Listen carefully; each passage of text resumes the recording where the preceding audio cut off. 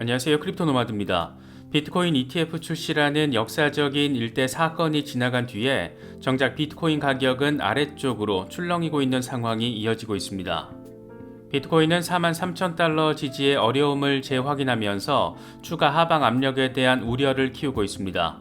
지금 분위기는 일단 로컬 탑은 49,000달러로 확인한 뒤에 본격 조정 양상으로 진입했다라고 판단을 해도 이상하지 않은 그런 모습을 보이고 있는데, 이대로 4만 달러 밑으로 의미 있는 조정을 겪게 될지 아니면 한 번 더 반등 모멘텀이 나와줄지 여러 분석가들의 전망도 엇갈리고 있습니다. 비트코인 현물 ETF 출시 이후 이틀 동안 8억 달러 넘는 신규 자금이 순유입된 것으로 나타났습니다. 1등은 역시나 블랙록이었습니다. 지금 블랙록은 비트코인을 11,000개가 넘게 보유하고 있는 것으로 추정되고 있습니다. 아직 기관 자금 유입 극초기 단계라고는 하지만 ETF 출시 이후 정작 비트코인 현물 가격이 빠지고 있는 것은 다소 아쉬운 부분인데, 이와 관련해서 블룸버그 애널리스트는 세 가지 이유를 제시했습니다. 거대 기관들이 비트코인 현물 ETF 시장에 직간접적으로 진입을 하고 있는 것은 어쨌든 긍정적인 재료라고 할 수 있습니다. 모건 스탠리의 경우에는 비트코인 현물 ETF 승인은 디지털 자산에 대한 글로벌 인식과 사용에 있어서 잠재적인 패러다임의 변화를 보여주는 것이라고 의미를 부여했습니다. 모건 스탠리는 이미 지난해 10월 자사펀드가 자회사를 통해서 그레이스케일 비트코인 트러스트 등의 좀 더 자율성을 가지고 투자할 수 있게끔 장치를 만들어 놓기도 했는데, 단기적인 비트코인의 가격 흐름은 아쉽게 느껴질 수 있어도 자본 세력의 큰 판 짜기는 이미 작업이 끝났다, 이렇게도 바라볼 수 있을 것 같습니다. 리플의 경우에는 SEC와 벌금 합의와 관련해서 아주 짜증나고 예민한 상황을 처리하고 있는 모습인데, SEC가 리플에게 소송 이후 기관들을 대상으로 판매한 XRP 계약서를 작성하도록 법원에 강제 명령을 요청한 게 여러 말들을 낳고 있습니다. 이게 사실 SEC의 노림수는 빤히 보이는 것이긴 한데, ODL 물량으로 판매된 XRP, 다시 말해서 유틸리티 목적으로 브릿지 커런시 역할을 위해서 판매된 XRP까지 증권으로 엮어보려는 시도로 바라볼 수가 있습니다. SEC의 이런 조치가 다소 아주 많이 우악스럽다 보니까 어쩌면 이런 희한한 상황 자체가 전격적인 합의로 이어질 수도 있다, 이런 해석으로도 이어지고 있습니다. 그럼 이번 영상 시작하겠습니다. 비트코인의 흐름은 다소 많이 어수선합니다. 43,000달러 지지의 어려움을 보이고 있는데, 50일 단순이동 평균이 자리한 42,400달러 부근 밑으로 빠질 경우에는 추가적인 하락 가능성도 생각해 볼 수가 있습니다. 이럴 경우에는 4만 달러를 거쳐서 37,980달러까지도 급락할 수가 있고, 반대로 지금 수준에서 반등을 해주면 49,000달러, 이후에 52,000달러까지도 내다볼 수 있는 상황입니다. 공포 탐욕 지수는 하루 전보다 4포인트 빠진 60을 기록하면서 탐욕 단계가 약화됐습니다. 비트코인 도미넌스도 51% 수준으로 후퇴를 했는데, 좀 더 빠져줄 경우에는 알트 시즌에 대한 기대감을 가질 수 있는 상황입니다. 현재 비트코인의 흐름과 관련해 분석가 마이클 반데포페는 비트코인이 반감기 전에 5만 달러에서 5만 2천 달러까지 한 번 더 상승할 가능성도 있지만, 이것보다는 냉각기를 갖게 될 가능성이 더 크다라고 내다봤습니다. 시장을 움직이기 위해서는 더 많은 자금 유입이 이루어져야 하고, 이건 시간이 걸릴 수 있는 문제다. 그래도 단기적인 냉각기를 거친 뒤 점진적으로 상승할 가능성이 높아 보인다. 특히 비트코인이 25,000달러에서 5만 달러까지 갑작스럽게 상승을 하면서 알트코인들이 어려움을 겪기도 했던 만큼, 비트코인이 새로운 최고가를 기록하기 전에 3개월에서 6개월 정도 조정기를 거치고 그 사이 알트코인들에 대한 랠리가 나올 가능성이 있다, 이렇게 분석했습니다. 단기적으로는 비트코인 가격 조정이 좀 더 이루어지고 그 사이에 알트 랠리가 벌어질 가능성에 대해서 설명하고 있는 겁니다. 분석가 맥스의 경우에도 알트 시총 차트를 공유하면서 알트 랠리가 끝났다라고 생각한다면 이 차트를 주목해야 한다. 현재 알트 시총이 8천억 달러 부근에서 첫 번째 저항에 직면해 있는데, 이 저항이 깨지면 1조 달러까지 상승 랠리를 기대할 수가 있다. 강세장에서의 하락은 매수 찬스다, 이렇게 설명했습니다. 머스타 씨의 경우에는 이더 BTC 월간 차트를 공유하면서 지난 8년 동안 하단 지지라인이 지켜져 왔다라는 것을 강조했습니다. 그러면서 지금부터 알트코인은 비트코인 대비 지속적으로 상승할 것이다. 2017년이나 2021년을 경험한 사람이라면 이게 무슨 의미인지 알 것이다. 이 시점부터 알트코인은 30배 이상 상승했다. 이렇게 강조했습니다. 이더 BTC 차트에서 지금 하단 지지라인 테스트를 잘 진행하고 있기 때문에 이더리움이 추가 강세를 보이는 것을 시작점으로 알트랠리가 시작될 거라는 얘기를 꽤 단정적으로 하고 있다라고 바라볼 수가 있습니다. 비트코인이 조정 양상을 보이면서 알트 시즌에 대한 이야기들이 곳곳에서 나오고 있는 것으로 바라볼 수가 있는데, 스카이브리지 캐피털의 앤서니 스카라무치는 최근 비트코인의 하락은 그레이스케일의 GBTC와 FTX 포지션 매도 압력 때문이라고 분석을 했습니다. 그러면서 앞으로 6일에서 8거래일 안에 매도 압력이 해소될 것으로 예상하고 있다. 이렇게 설명했습니다. 이번 비트코인의 하방 압력에 가장 큰 영향을 미친 것이 그레이스케일 GBTC라는 데는 큰 이견이 없는 모습인데, 이와 관련해서 블룸버그의 제임스 세이파트는 이번 하락에 3가지 이유를 제시했습니다. 먼저 첫 번째로는 ETF 승인 재료를 목적으로 단기 진입한 투자자들이 빠져나가고 있는 상황이 제시됐습니다. 단기 비트코인 매수자와 GBTC 매수자들이 차익 실현을 하며 빠져나가고 있다는 겁니다. 두 번째로는 GBTC에서 이틀 동안 5억 달러 이상 자금이 유출됐다는 점이 제시됐고, 세 번째로는 GBTC 이탈 자금 가운데 어느 정도가 다시 비트코인에 투자를 할 것인가, 이런 부분들이 거론이 됐습니다. 비트코인 현물 ETF 출시 이후 ETF 상품으로 들어온 돈과 나간 돈만 봐도 이 같은 분석이 조금 더 체감되는데, ETF 거래 이틀 동안 8억 1,900만 달러 신규 자금이 순유입된 것으로 나타났습니다. GBTC에서는 5억 7,900만 달러가 순유출, 나머지 ETF에서는 14억 달러가 순유입됐습니다. 순유입 1등은 5억 달러를 유치한 블랙록, 그 뒤로는 피델리티가 4억 2천만 달러를 기록했습니다.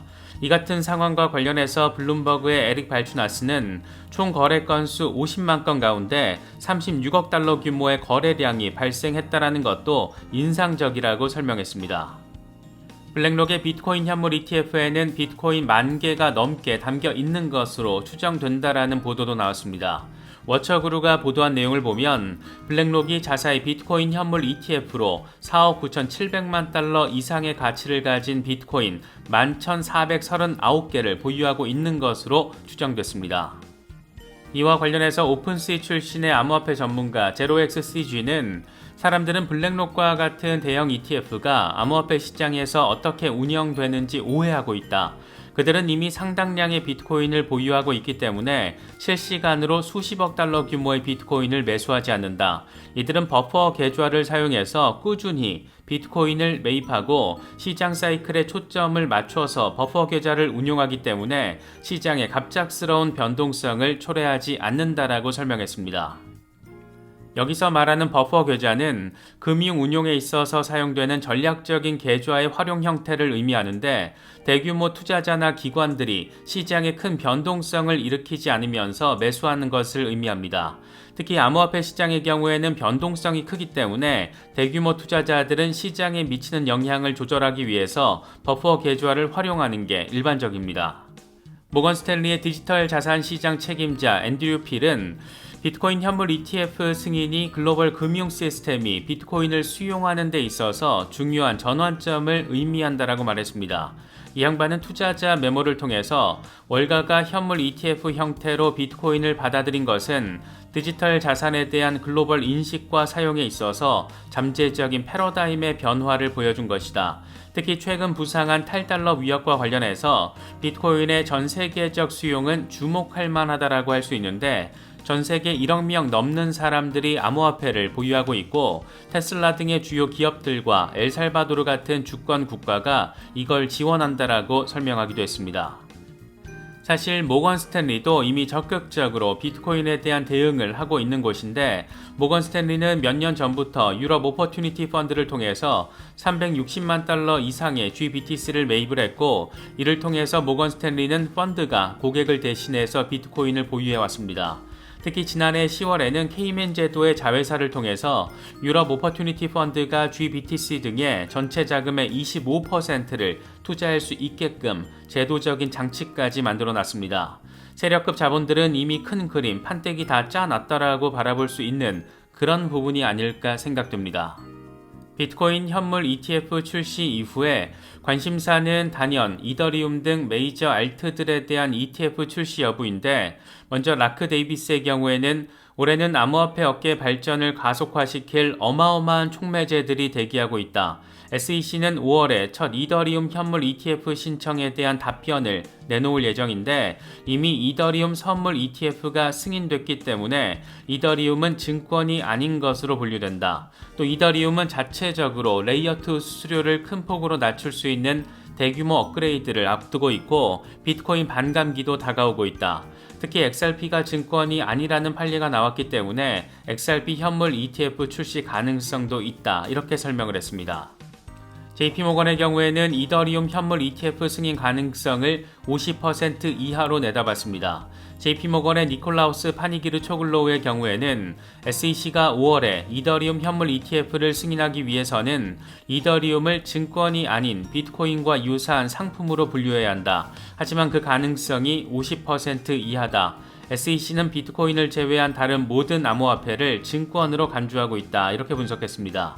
사실 SEC가 이더리움을 증권으로 본다, 이렇게 단언해서 말하기 어려운 것은 SEC의 모호하고 기준 없는 못 같은 스탠스 때문인데, 이건 리플 소송과 또 연결이 되는 부분이다 보니까 이래저래 복잡해 보이는 건 또 사실이지만, 여기에도 블랙록이 끼어 있는 만큼 좀 더 시간이 지나면 어느 정도 더 선명한 상황을 바라볼 수 있지 않을까 생각됩니다. 블랙록의 레리 핑크의 경우에도 이더리움 현물 ETF의 의미를 강조했습니다. 이 양반은 우리는 이더리움 현물 ETF에 대해서 긍정적으로 평가한다. 이더리움 ETF 보유 가치를 알고 있고 우리가 가야 할 길이라고 믿는다. 나는 암호화폐가 화폐가 아닌 자산으로 바라보고 있다. 이렇게 설명을 하며 이더리움 ETF에 대한 기대감을 제시했습니다. 블랙록은 이더리움 현물 ETF 증권 신고서를 이미 지난해 11월에 SEC에 제출한 상태인데, 다음 데드라인은 1월 25일, 이건 현실적으로 불가능하고 파이널 데드라인이 8월 7일입니다. 바네크의 이더리움 현물 ETF 파이널 데드라인이 5월, 이후에 아크21 쉐어스, 해시덱스 등등이 이더리움 현물 ETF 데드라인 지금 잡혀있기 때문에 시장에서는 빠르면 5월, 늦어도 8월에는 승인이 이뤄질 수 있을 거라는 기대감이 지금 깔려 있는 상황입니다. 과연 리플 소송은 어떻게 정리가 될 것인가? 이건 글로벌 XRP 홀더들 뿐만 아니라 전체 암호화폐 업계의 최대 관심사 가운데 하나입니다. 늘 그렇듯 SEC가 추진하는 전략은 다소 우악스럽거나 다소 거지 같은 경우가 꽤 많았는데, 이번에 리플의 재무제표와 기관 대상 XRP 판매 계약서를 공개해야 한다라고 주장하는 것도 비슷한 맥락에서 바라볼 수 있을 것 같습니다. 리플이 2022년과 2023년 재무제표, SEC 소송 이후 기관 대상 XRP 판매 계약서 이런 걸 작성해서 공개해야 한다라고 SEC가 법원에 강제 명령을 요청을 한 겁니다. SEC는 재무제표와 판매 계약서가 향후 과태료 액수를 결정하는 데 도움이 된다라는 입장이지만, 리플 측은 증권법 대상이 아니라면서 부당하다라고 반발하고 있는 그런 상황입니다. 이게 지금 지난해 7월 약식재판 명령문을 놓고 해석의 범위가 달라서 벌어지는 상황으로도 바라볼 수가 있는데, 법원이 판결을 한 것은 개인 투자자에게 판매된 XRP는 증권이 아니다. 다시 말해서 기관 대상 초기 판매 물량은 증권이다. 그렇기 때문에 SEC는 기관 판매 물량에 대해서 벌금 합의를 벌여서 거액의 벌금을 때리려고 하는 건데, 문제는 SEC가 지금까지 기관을 대상으로 판매한 모든 XRP를 증권으로 규정하려는 시도를 하고 있는 것이고, 리플은 아마도 초기 기관 대상 판매 물량만을 증권으로 규정하고 이것에 대한 부분만 벌금 합의 대상으로 규정하려는 게 아닐까, 그렇게 생각할 수 있을 것 같습니다. 이게 진짜 우악스러운 것은 리플이 기관들에게 판매한 XRP 가운데 상당 부분은 ODL 물량이 차지하고 있습니다. 그러니까 실시간 글로벌 송금 혁신을 위한 브릿지 커런시로서의 역할을 하고 있는 것들과 관련된 계약서 내용들까지 다 싹 다 공개하라고 하는 건데, 이건 법원이 약식 재판을 통해서 판결한 초기 기관 대상 XRP 판매 물량이 아닌 리플 창사 이후 전체 기관 대상 판매 XRP 물량에 대한 부분까지도 벌금 합의 범주로 끼워 넣으려는 다소 얄팍하고 우악스러운 시도로도 바라볼 수 있을 것 같습니다. 상황 자체는 다소 짜증나게 느껴지고 말도 안 되는 것 같은데, 커뮤니티에서는 의외로 지금의 이런 상황이 전격적인 소송 종료 합의의 기폭제가 될 수 있다, 이런 얘기들도 나오고 있는 모습입니다. 최대한 복잡한 상황을 설정해서 극적인 합의 도출, 이런 게 가능할 수도 있다라는 건데, 물론 이렇게만 되면 참 좋겠지만, 일단 SEC의 요청에 대해서 법원이 어떤 결정을 내리는지 이것까지 보면 어느 정도 좀 더 구체적인 분위기 파악 가능하지 않을까 생각됩니다. 2월부터 4월까지는 약식 재판에서 내려진 벌금과 관련된 합의 논의가 진행이 되고, 4월 23일부터는 정식 재판이 개시가 되고, 이후에 배심원 판결까지 진행이 되기 때문에 빠르면 2분기, 늦어도 3분기 정도에는 판결을 기대해 볼 수 있지 않을까 생각해 볼 수 있는 상황입니다. 약식 재판 수준으로만 판결이 나와주면 사실상 리플 승소로 받아들일 수 있기 때문에 이후 XRP 현물 ETF 이슈, 리플 IPO 등 여러 굵직한 재료들이 현실화되지 않을까, 이런 생각이 드는 것은 꼭 기분 탓만은 아닌 것 같습니다.